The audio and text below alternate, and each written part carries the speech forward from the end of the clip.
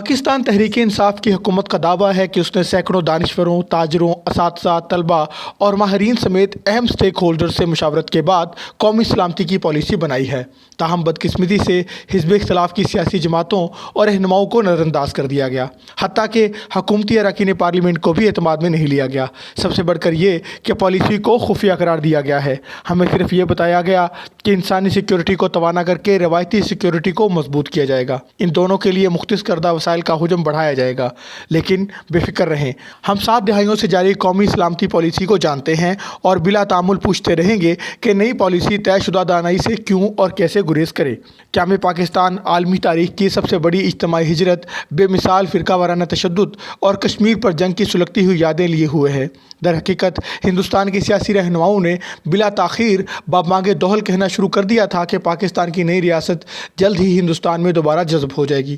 اس طرح عدم تحفظ نئی قوم اور ریاست کے جینیاتی سانچے میں شامل ہو گیا۔ ملک کے پہلے بجٹ کا 70% سے زائد حصہ فوری طور پر فوجی دفاع اور سلامتی کے لیے مختص کر دیا گیا۔ وراثت میں ملی نوآبادیاتی سول ملٹری بیوروکریسی مقامی سیاستدانوں اور سیاسی جماعتوں سے زیادہ ترقی یافتہ، منظم اور مربوط تھی۔ اس نے ریاست اور معاشرے کے اہم عہدوں پر قبضہ جما لیا۔ اس کی طاقت کا ارتکاز غلام محمد خواجہ نازم الدین کی صورت گورنر جنرل اور سکندر مرزا اور ایوب خان کی صورت صدور کے مناسب میں تھا۔ یہ اشرافیہ امریکہ کے ساتھ سینٹو، سیٹو اور بغداد پیکٹ جیسے دفاعی معاہدوں میں شریک ہوئی۔ اگرچہ بظاہر یہ معاہدے اشتراکیت کے خلاف تھے، لیکن در حقیقت ان کے ذریعے بھارت کے خلاف فوجی دفاع مضبوط بنانا مقصود تھا۔ اسی طرح پاکستان کا قومی سلامتی کا بیانیہ وجود میں آیا۔ اس کے 3 ستون تھے۔ پہلا، بھارت کی طرف سے بد اعتمادی اور دشمنی، کشمیر کو تقسیم ہند کا ادھورا باب قرار دیا گیا۔ دوسرا، جنرل ایوب کے دور اقتدار میں بنیادی جمہوریت کے نام پر اختیارات کو اپنے ہاتھ میں رکھنا، اور تیسرا، فوجی اور معاشی امداد کے لیے امریکہ پر انحصار۔ اختیارات کی مرکزیت پر مبنی قومی سلامتی کا ریاستی نظام 1971 میں فوجی شکست کے بعد پاکستان کے دولت ہونے پر منہدم ہو گیا۔ اس کے بعد ذوالفقار علی بھٹو کے تحت سویلین بندوبست اور 1973 کا جمہوری آئین وجود میں آیا، لیکن 1977 میں سلطنت نے پھر پلٹ وار کیا اور ملک پر مارشل لاء نافذ کر دیا گیا۔ جنرل ضیاء الحق نے 1980 کی دہائی میں غیر جماعتی صدارتی نظام مسلط کیا اور ملک کو واپس امریکی کیمپ میں دھکیل دیا۔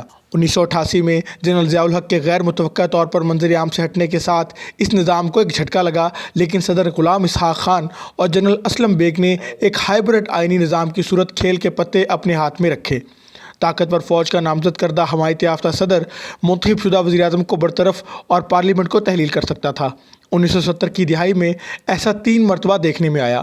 بے نظیر بھٹو نے راجیو گاندھی کے ساتھ امن قائم کرنے کی کوشش کی، لیکن انہیں قومی سلامتی کے لیے خطرہ قرار دے کر چلتا کر دیا گیا۔ 1990 کی دہائی میں وقتاً فوقتاً برطرفیوں اور دھاندلی زدہ انتخابات کے ذریعے جمہوری عمل کو روندا جاتا رہا۔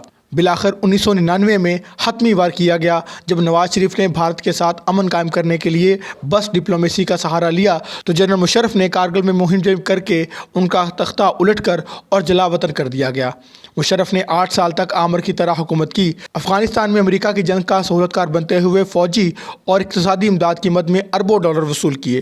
ایک غیر متوقع عوامی مزاحمت کی تحریک جو جنرل افتخار چودھری نے شروع کی تھی نے مشرف کا اقتدار ختم کر دیا۔ اس کے بعد ایک مرتبہ پھر سویلین کے ہاتھ میں حق حکمرانی آ گیا، لیکن اس سے پہلے بے نظیر بھٹو کو اپنی جان دینی پڑی۔ آصف زرداری کے دور حکومت کو ممبئی اور میمو گیٹ نے بلیک میل کیا۔ ان کے وزیر اعظم یوسف رضا گیلانی کو برطرف کیا گیا۔ نواز دور کسی کے ایما پر دیے گئے دھرنوں، انڈیا میں جہادیوں کو بھجوانے اور دشمن کے ساتھ روابط رکھنے کے الزامات کی نظر ہو گیا۔ ان کے خلاف کام کرنے والی تحقیقاتی ٹیم اعلیٰ افسران کو جواب دہ تھی۔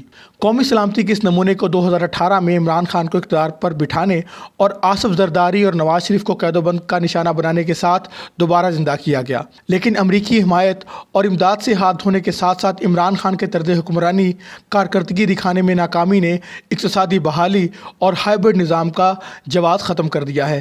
اس کی وجہ سے منصوبہ سازوں کا دامن داغدار ہو گیا۔ دریں اثنا پرانے دشمن بھارت کے ساتھ روایتی فوجی توازن تیزی سے بگڑ چکا ہے۔